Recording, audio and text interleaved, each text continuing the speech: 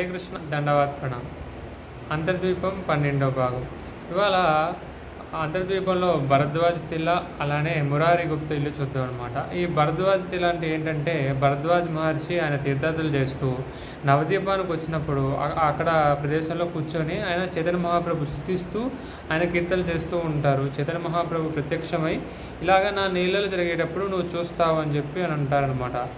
ఆ విధంగా భరద్వాజ్ ముని అక్కడే కీర్తన చేస్తూ ఉంటుంటారు. అయితే ఈ విషయాన్ని ఈశాన ఠాకూర్ అనే ఆయన శ్రీవాసాచార్యకి చెప్తారనమాట. దానికి ఆనమాలుగా అక్కడ ఒక చిన్న మందిరం ఉంటుందన్నమాట, భరద్వాజ్ తిలా అని చెప్పి. అలానే దీనికి సమీపంలోనే మురారి గుప్తా ఇల్లు ఉంటుంది. ఈ ప్రదేశంలోనే మురారి గుప్తా రామలక్ష్మణ సీత హనుమంతులని పూజించారనమాట. ఇక్కడ భక్తి సిద్ధాంత సరస్వతి ఠాకూర్ గుడి కట్టించారు. కట్టే సమయంలో తవ్వకాల్లో ఒక నారాయణ విగ్రహం కూడా బయటపడుతుందన్నమాట. ఆ విగ్రహాన్ని కూడా అక్కడే ఉంచి పూజిస్తున్నారు.